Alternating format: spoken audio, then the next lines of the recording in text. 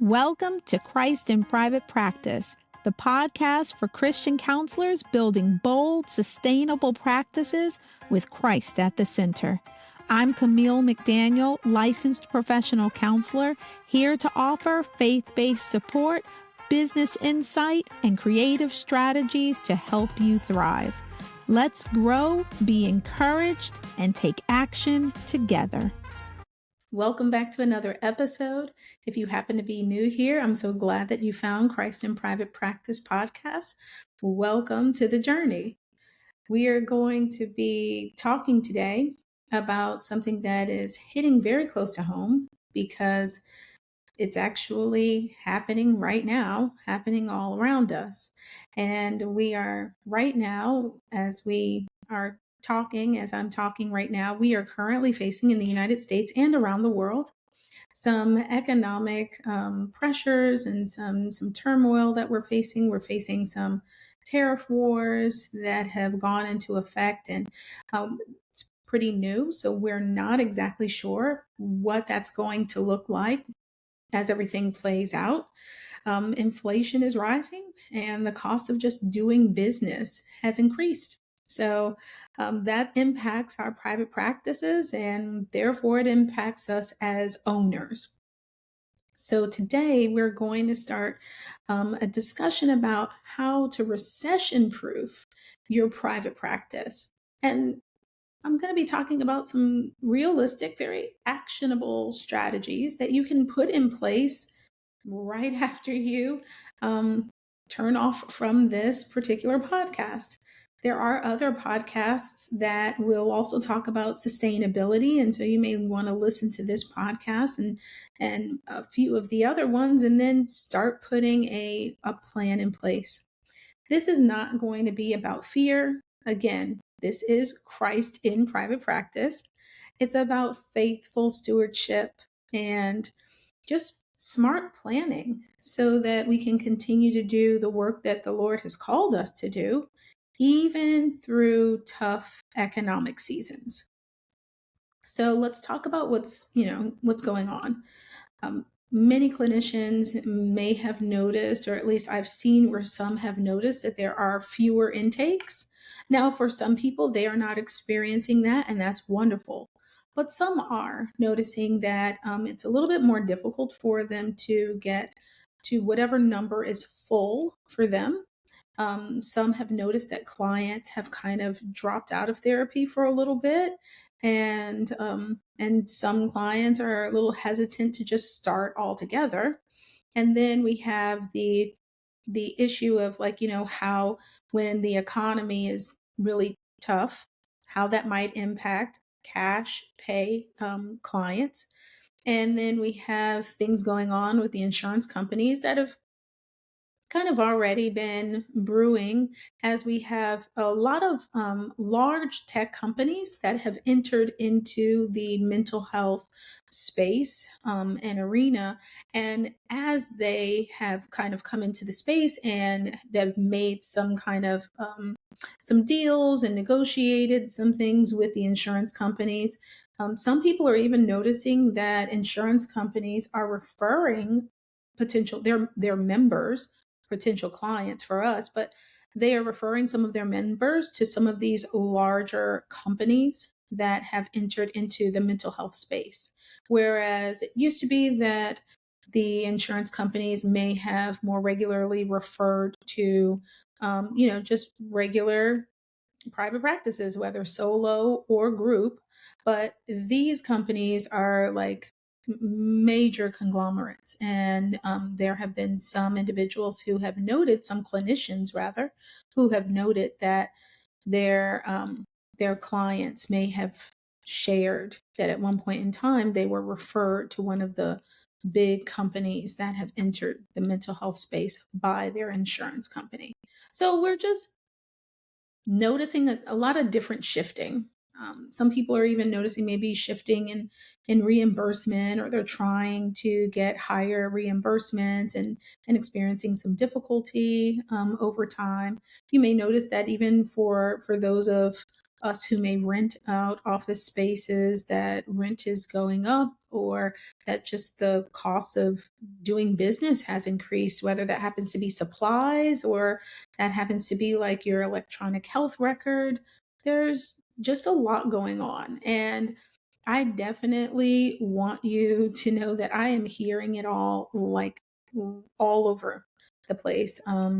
So how do we start to address it, really? What are we going to do about it? Because we do want to go ahead and put a plan in place. We don't want to just sit around and find ourselves either putting our head in the sand or being nervous. And so we're going to just make this one thing clear. This is our foundation for like almost every episode that we hear, right? And that is that God is still our provider. God is still our provider, and He has given us the ability to have wisdom and a plan for what is going to be coming ahead. All right. So we're not going to walk around nervous. We're not going to start projecting that nervousness way far down into the future. We're not going to do any of that. Instead, we're going to be reminded of His greatness, and we are going to be good stewards of what He has given to us, even our private practices. And we're going to put a plan in place. And I know that you have heard me reference this scripture before, but I'm going to give it to you again. And that's from the book of Luke, chapter 14, verse 28, that says, "For which of you intending to build a tower does not sit down first and count the cost, whether he has enough to finish it?" So this isn't going to be an episode about scarcity thinking. This is not going to be any kind of fear mongering. Look, this is about clarity. So let's look at what you can do today. And we're going to start off with the first thing that you can do, and that's looking at how you might be able to diversify your income, right? So, one of the ways that we can recession proof our private practices is to diversify our income streams. If all of our revenue comes from maybe, let's say, just one on one therapy sessions, we might be a little vulnerable. Let's say something happens like I talked about at the beginning of the episode opening. Let's say that maybe you're noticing calls are kind of dropping, or clients are taking a break, or maybe some people have been laid off. And so you notice that this has impacted your practice.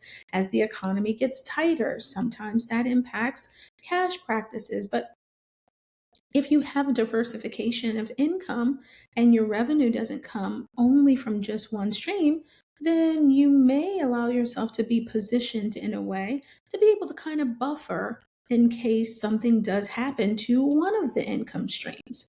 Okay, so you have a little bit of flexibility. Some of those options might be maybe you offer a virtual group.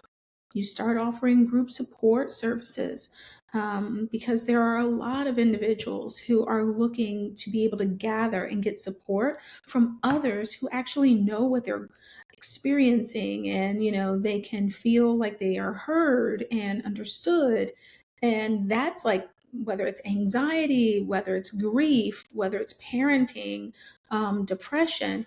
I've had a number of clients that I have referred since the beginning of this year for group support as an adjunct to the individual counseling that we're doing. And I've gotten a lot of great feedback, thankfully, about how they felt like some of the groups were very real and honest, or they were glad to hear that the group wasn't scared off by what they had to say because those individuals had experienced similar things, or maybe even more severe things. And so they really felt like it was a place where they could be heard, where they could be understood. And that made them feel great. And that made me feel great because I knew that the client had some additional supports that they could turn to in between our sessions if they felt they needed it.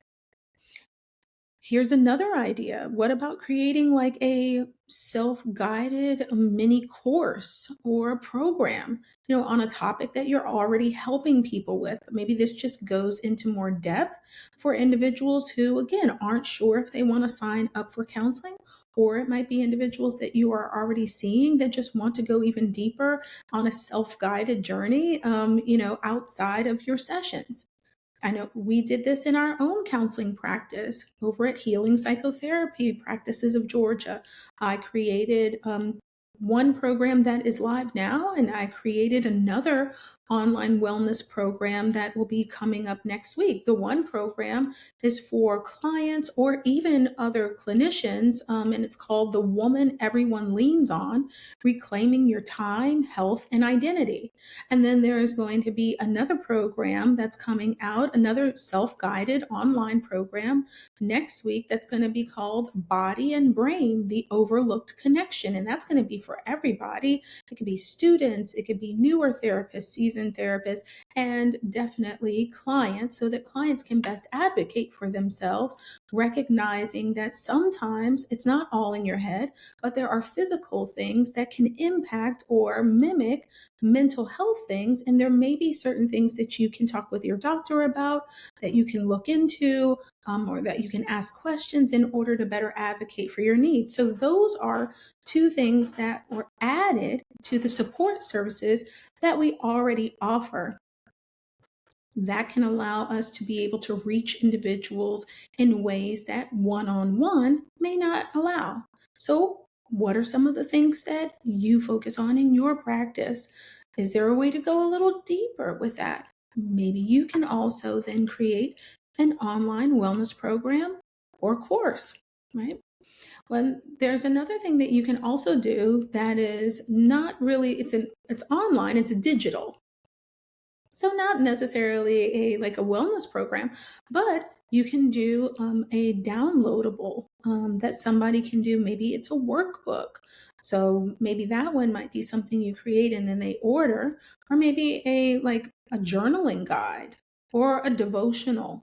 These are things that you could create and then start offering. Now, let's be clear, because I don't want it to come across as you just create it real quick and then you start offering it and then instantly another stream comes in. Well, no, you create it and then you do need to share it. Ideally, you'll have an email list because you can share it there. But if you don't have an email list, you may want to think about getting one. That's just good for staying fresh in somebody's mind, staying at the forefront of their brain, right? And being able to reach out to them with different supports that you may have along the way. As years pass, those individuals may not even be in your practice anymore, but if they have given permission for you to put their name on an email list, you never know when getting a newsletter from you might just jog their memory. I cannot tell you how many times, whenever the newsletter goes out, someone schedules that maybe I haven't seen in a while, that says, "Oh, I would like an appointment." And so there is some connection. I've seen that over years, pretty regularly. So there's some connection with being able to stay in touch with those who give permission to be on your newsletter list, and being able to have individuals stay connected with their mental health and wellness journey. And again, then you can also share with them, even if they don't come into your office, maybe at that time in their life, they do need a devotional or a journaling guide or a workbook, whatever it is that you have created. So again, let's be reminded, remember the story of the parable of the talents, each person was given a certain measure of money, and those who actually did something with the money, multiplied it, they were praised, but the person who actually dug it into the ground and basically buried their talents was kind of admonished pretty harshly for it. And that actually comes from the book of Matthew, chapter 25, verse 14 through 30. And it's verse 29 where it says, "For everyone who has, more will be given, and he will have abundance. But from him who does not have, even what he has will be taken away." So we want to use the talents and the gifts that God has placed within us to multiply those gifts and talents and be shared with the rest of the world. And you will have ideas. You do have things that the world needs. You want to just, if you have not already, take a moment and start thinking about it. This is something that I also help other clinicians do, whether it's creating additional services or start to kind of narrow down what it is that they actually could offer and start to think about what is that title going to look like? What's it going to entail? How do we break that down? So we want to keep that in the back of our mind. Let's move on to something else that we can also do in order to help ourselves to recession proof our private practice. And let's take a look at some of the financial strategies that we can put in place, getting ourselves ready in that way. And we want to ask ourselves first and foremost when we are talking about getting ourselves ready financially is what's the bare minimum that we need in order to even run our practice, to keep our practice afloat each month? This kind of goes back to something I talked about in a previous episode about sustainability. We want to know our numbers. We have to know our numbers. So, do you know what it costs to run your practice? How much altogether will everything total up to be? Now, is that the bare minimum, right? And we'll kind of address that when I'm talking about ways that we can kind of cut back. You want to make sure that that's not all the extra frills and all of that. That's just the bare minimum. Do you know what that is about in your head? And then you look at that bare minimum and you want to then start kind of looking at how to create a cushion. Should there be some slowdown in your practice? Start building up 3 to 6 months. A business emergency fund is crucial. Start building up 3 to 6 months of expenses so that if things start to slow down, you have a buffer. I don't want you to feel overwhelmed by the idea of 3 to 6 months of expenses. Think about it like this. What would you tell your client? You would tell them start somewhere. Start with $5 a month. Start with $10 a month. Start wherever you're able to. If you can put aside $100 a month, just start building a little bit of a fund. It's okay. Just get started, okay? Take a look at your current expenses and start looking at your subscriptions. Now, this is where I said, you know what, we'll talk about it real quick so that you don't feel so overwhelmed by having to create this emergency fund, right? What subscriptions do you hold right now that honestly you don't really need? That could be that you're on multiple directories, but when you look at the directories that you're on, maybe out of all of the directories that you're on, you really only get referrals from two. Well, if you've been on those directories month after month after month and you're paying for it, but you're not ever getting any referrals, could you actually throw that bit of money into an emergency fund instead? Probably would be a much better use of your money since you're not getting a return on investment. What is the return on investment? That's the question that you want to ask yourself, right? Maybe there are other types of subscriptions that you had. I don't know. There might be a number of things that you once upon a time signed up for, but when you look back, you're not using them anymore, or you have already used them and you don't really need it anymore. You've moved on to something else. Can you cancel that? If you've moved on, you don't need it anymore, or you're not using it, can you go ahead and cancel? Take that money, put it towards your emergency fund. All right. So if there's software that you're using, if there's subscriptions that you have, whatever it is, if you don't need it, scale back. If you happen to know that there's something that you're going to use for the long haul, go ahead and if you can, purchase the annual package versus doing the monthly payments. Because sometimes what happens is that while the monthly payments are small chunks, right?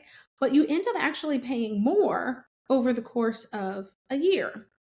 So if you actually purchase the annual plan and you actually know this is something that you're going to need regularly, you end up saving some money in the long haul. I understand. If you can do it, great. And if you can't, that's fine. But it's something to consider for things that you know you're going to use long term. Okay.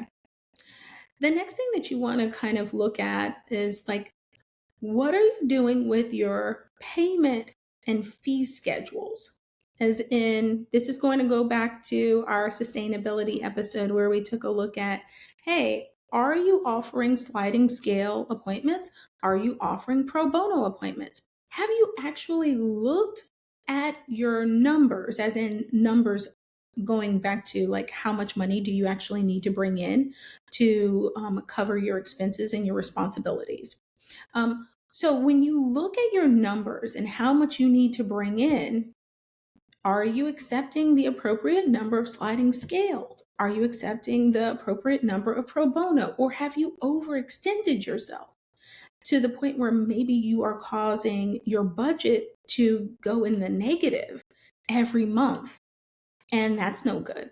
So make sure that when you take a look at how you're spending your finances, you also take a look at your fees and the structure of your fees, and just make sure that in your give back areas. So if you're giving back through sliding scale or you're giving back through pro bono, just make sure you have calculated and are taking the right number, um, so that the numbers all line up.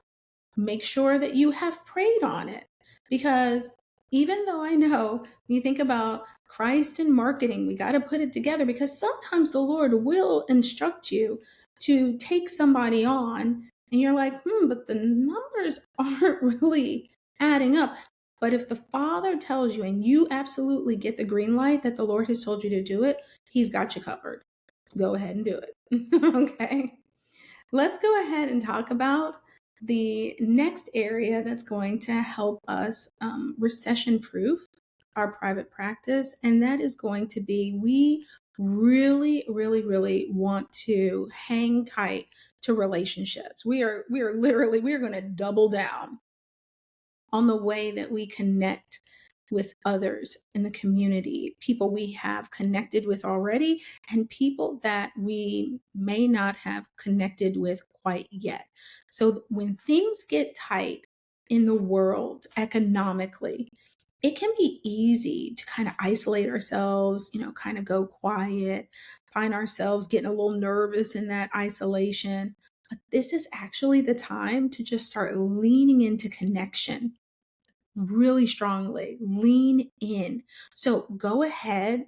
And again, I talked about just a minute ago, if you have a newsletter and maybe you have not actually sent out a newsletter in a while, go ahead and fire that bad boy up and get a newsletter out so that you can reconnect with past clients, and maybe encourage a check-in. Reach out and make new connections. Reach out to pastors, reach out to ministry leaders, reach out to schools, although school will be coming to an end soon, I know, in the South. And in the North, I think you all are going to be going just a little bit longer. So you may be able to make a connection there, but maybe not. Go ahead and make sure you're connecting with other colleagues, because maybe you see a population that they do not see, and it might actually be a good fit. So, for example, let's say you work with children and you connect with a colleague who actually works with couples, maybe even high conflict couples who have children, and you may want to partner with them to provide services for the children of those couples. Just look at how you might be able to make connections in the community, doctors' offices, all of that, nonprofits, even if it's just to educate them on services that you offer, or maybe even offering a workshop, offering workshops. That's another stream of potential income that I didn't mention, I think, a little earlier in our time together, but something to think about. Remember, people still need help.